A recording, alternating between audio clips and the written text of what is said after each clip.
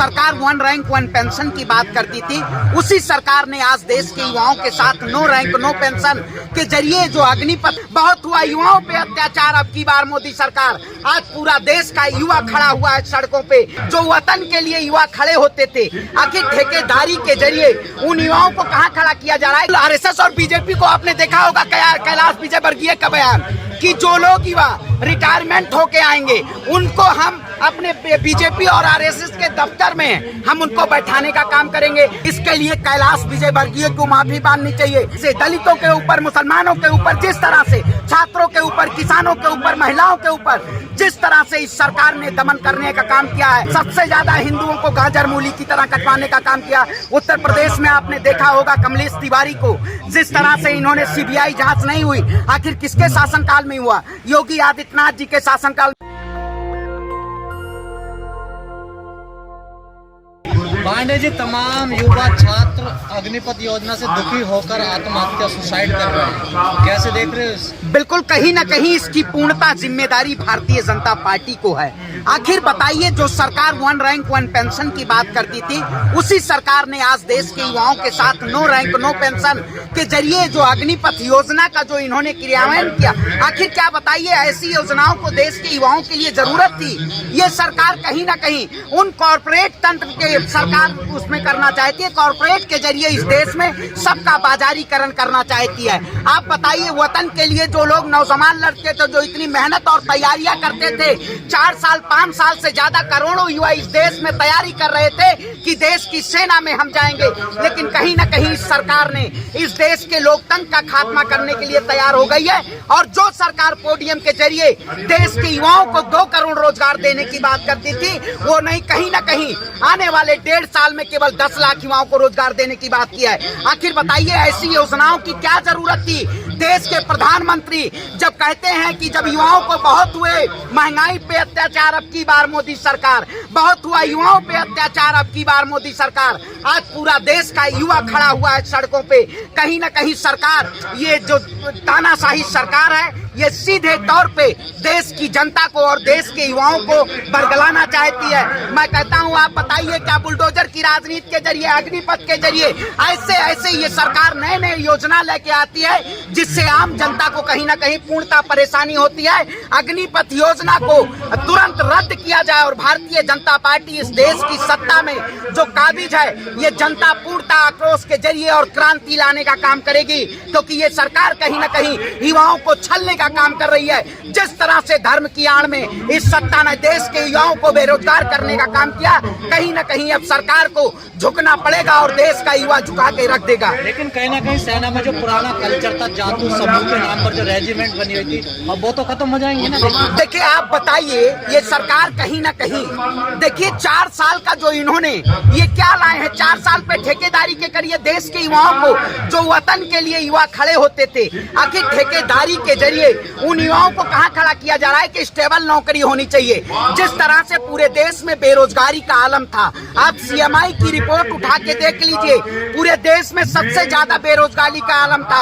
इस सरकार ने ये योजना को लाके कहीं न कहीं युवाओं को बरगलाने का काम किया। आखिर आप बताइए, अगर सरकार रोजगार देना चाहती तो युवाओं को स्टेबल रोजगार देती। आज ऑटोमोबाइल सेक्टर में बात करिए, एफएमसीजी सेक्टर में बात करिए, टेलीकॉम सेक्टर में बात करिए, कहीं भी जो प्राइवेटाइजेशन हो रहा है, क्या सरकार उसमें बेहतर रोजगार दे पा रही है युवाओं को? सबसे ज्यादा नौकरियां रेलवे देती थी, सबसे ज्यादा पुलिस के भर्तियों में जाते थे युवा, लेकिन कहीं ना कहीं ये सरकार उसका भी निजीकरण करके और बाजीकरण। लेकिन इस देश के जो तमाम ब्राह्मण समाज के लोग जो बड़े बड़े पदों पर बैठे हैं ना, ED, income tax, supreme court, पूरा ब्राह्मण समाज सरकार के साथ है। देखिए, मैं कहता हूं, मैं सरकार के हमेशा खिलाफ, पूरा आप नहीं कह सकते हैं, क्योंकि मैं भी उसी में से आता हूं जो सरकार के खिलाफ मुंहतोड़ जवाब देने का काम करता हूं। कहीं ना कहीं ये सरकार लोगों को शोषित करने का, आप जिस तरह से बताइए, लोगों के ऊपर घरों पे बुलडोजर, एक समुदाय के ऊपर आपने देखा होगा, कहीं ना कहीं आज पूरे देश का युवा जो सड़कों पे खड़ा हुआ, इतनी आगजनी हुई, आखिर इतने लोग उसमें आरोपी हैं, उनके घरों पे बुलडोजर अभी तक नहीं गया, लेकिन एक समुदाय को टारगेट करके कहीं ना कहीं ये सरकार किसानों के साथ जिस तरह से छलने का काम किया, उसी तरह से ये देश के युवाओं के साथ चलने का काम करें। आर्मी, नेवी और एयरफोर्स के चीफ जो सवन समाज है वो तो कह रहे हैं ठीक है योजना। आप बताइए, जनरल वीके सिंह को आप जानते होंगे, 62 साल की उम्र में सुप्रीम कोर्ट गए थे कि इतनी जल्दी रिटायरमेंट तो नहीं होनी चाहिए। आखिर आज वही इसकी दुहाई दे रहे हैं, वही इसको बताने का काम कर रहे हैं कि बहुत अच्छी योजना है। मैं कहता हूं अगर योजना अच्छी है तो कहीं ना कहीं भारतीय जनता पार्टी अपने नेताओं को सबसे पहले अग्निपथ के योजना में जो टूर ऑफ ड्यूटी है इसके जरिए उनको सेना में भेजना चाहिए। मतलब देश का प्रधानमंत्री 71 साल का सत्ता की कुर्सी पे बैठेगा और देश के युवाओं को 4 साल नौकरी देकर और उसके बाद रिटायरमेंट ही करवा देंगे। क्या करना चाहते हैं? आरएसएस को और बीजेपी को इससे क्या फायदा होगा? बिल्कुल, आरएसएस और बीजेपी को आपने देखा होगा कैलाश विजयवर्गीय का बयान कि जो लोग युवा रिटायरमेंट होके आएंगे उनको हम अपने बीजेपी और आरएसएस के दफ्तर में हम उनको बैठाने का काम करेंगे, हम उनको सिक्योरिटी गार्ड की नौकरी देंगे। आखिर आप देश के जवान के प्रति एक ऐसी अभद्र भाषा का प्रयोग करते हैं, इसके लिए कैलाश विजयवर्गीय को माफी मांगनी चाहिए। आखिर देश का जवान आपकी चौकीदारी करेगा। पंडित जी 3 लाख से ज्यादा जवान जो है वो क्षत्रिय है, ठाकुर समाज के इस देश में। क्या ठाकुर समाज चौकीदारी करेगा तो क्या दिक्कत? देखिए, मैं कहता हूँ आप भारतीय जनता पार्टी के आरएसएस की चौकीदारी करवाना चाहती है। मैं भी चौकीदार, तू भी चौकीदार, देश का जवान भी चौकीदार। देश की जवानों को जो वतन के लिए मरते हैं, जो न कहीं अपनी जान और कुर्बानी देते हैं इस देश को बचाने के लिए, ये सरकार कहीं न कहीं उनके साथ छलावा करने का काम कर रही है। सवर्ण समाज को क्या कहेंगे जो बीजेपी के साथ बने हुए हैं किसी कीमत पर? देखिए, मैं उनको कहूंगा कहीं न कहीं गलत के वो आप साथ खड़े हैं। जो सरकार है ये कहीं न कहीं दमनकारी और तानाशाही सरकार है। इस सरकार ने पूरे जिस तरह से दलितों के ऊपर, मुसलमानों के ऊपर, जिस तरह से छात्रों के ऊपर, किसानों के ऊपर, महिलाओं के ऊपर जिस तरह से इस सरकार ने दमन करने का काम किया है, कहीं न कहीं उनको भारतीय जनता पार्टी का साथ छोड़ना चाहिए और इस देश के साथ खड़ा होना चाहिए, क्योंकि देश अगर बचेगा तभी किसी का धर्म और जाति बचेगा। कहीं न कहीं ये जाति और धर्म के नाम पे भारतीय जनता पार्टी लड़ाना चाहती है और इसको अविलंब निरस्त किया जाए।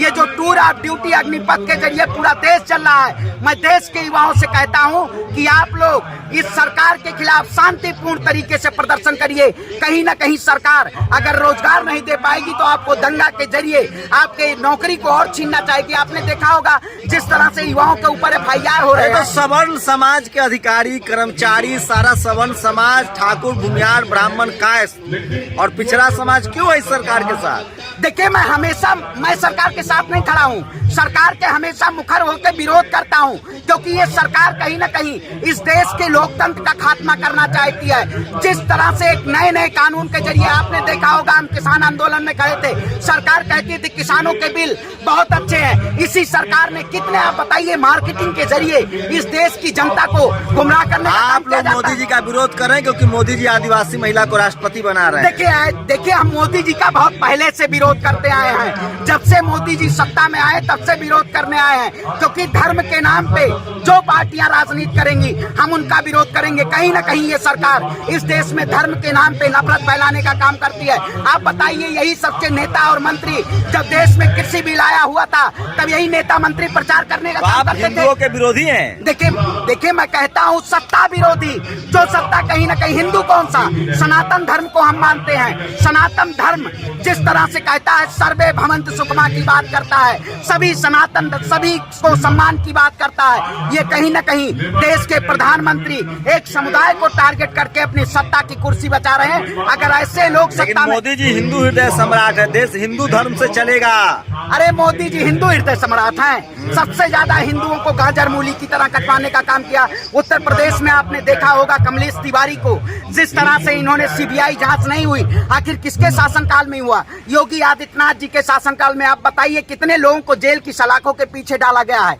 कहीं न कहीं ये सरकार पूरी तरह से तानाशाही कर रही है। अगर तानाशाही करे, सारे देश के हिंदुओं को नौकरी मिलेगी 4-4 साल में, तुरंत नौकरी मिलेगी। देखिए, नौकरी यही तो दिया जा रहा है। आप देखिए कौन सी नई योजना लाई गई नौकरी के जरिए, ये नौकरी दी जा रही है। ये कहीं ना कहीं युवाओं को आने वाला जो 2024 का चुनाव है उसमें भारतीय जनता पार्टी, क्योंकि 1.5 साल का इसमें कार्य समय रखा गया है, समय दलित आदिवासी चुन लिया है मोदी जी ने, अब पूरा आदिवासी समाज वोट करेगा बीजेपी को। इससे पहले भी आप देखते होंगे कितने देखिए भारतीय जनता पार्टी जो कार्ड जातिवाद का खेलती है, ये कहीं ना कहीं आने वाले 2024 के चुनाव में जो सरकार बेरोजगारी से निजात पाना चाहती है कि देश का युवा सड़कों पे न खड़ा हो, उस सरकार के विरोध में 2024 तक देखिएगा सबसे बड़ा मुद्दा बेरोजगारी का होगा, क्योंकि कहीं ना कहीं सरकार हताहत है कि देश के युवाओं को रोजगार नहीं दे पा रही है। मोदी जी देश के प्रधानमंत्री जिन्होंने कहा था 2 करोड़ पोडियम के जरिए, आखिर इनके भाषा केवल पोडियम के जरिए रहते हैं और जब सत्ता मिल जाती है उसके बाद देश की जनता के ऊपर जुल्म करने का काम करते हैं। ऐसी जुल्मी और तानाशाही सरकार के खिलाफ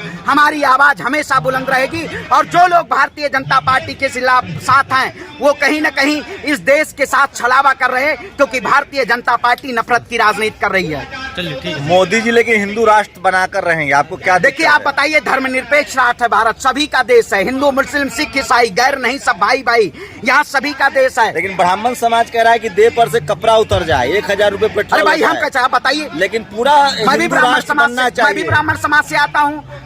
गधा पालो लेकिन शेर पालो, गलत फहमी मत पालो। कहीं ना कहीं वो लोग गलत फहमी पाले हुए हैं। जिस तरह से इस देश में गलत फहमी का, ये सरकार ब्राह्मण विरोधी है। देखिए भाई सबसे ज्यादा ब्राह्मण विरोधी सरकार है। ये कहीं ना कहीं जुल्म करके ये केवल अपने सत्ता में, प्रोफेसर रतन लाल को 1 मिनट में जेल हो गया और नुपुर शर्मा को आज तक सरकार बचा रही है, कैसे ब्राह्मण विरोधी है? देखिए भारतीय जनता पार्टी कहीं ना कहीं आपने देखा होगा उत्तर प्रदेश में जिस तरह से सरकार हताहत है, सरकार एक ऐसे मुद्दों, क्योंकि सरकार जो कार्ड खेलना चाहती है हिंदू और मुसलमान का, वो कहीं ना कहीं सरकार के लिए सरकार के पहलों में जंजीर बांध दिया है। इसलिए आज वो मुखर होके इस पे बात नहीं कर पा रहे हैं। देश के प्रधानमंत्री कहीं ना कहीं सबसे ज्यादा ब्राह्मण विरोधी हैं और इन्होंने पूरे देश के साथ छलावा किया है। जाति और धर्म की राजनीति अब देश में नहीं चलेगी। अब भारत की एकता, अखंडता और समृद्धता जो हमेशा थी वही रहेगी। जय हिंद, जय भारत। नेशनल दस्तक की आपसे गुजारिश है कि अगर इसको बचाना चाहते हैं तो नेशनल दस्तक को सब्सक्राइब करने के लिए रेड कलर के सब्सक्राइब बटन को दबाएं, फिर बेल आइकन की घंटी दबाएं। नेशनल दस्तक को बचाने के लिए बहुत जरूरी है कि हर खबर को शेयर करें, लाइक करें, कमेंट जरूर करें।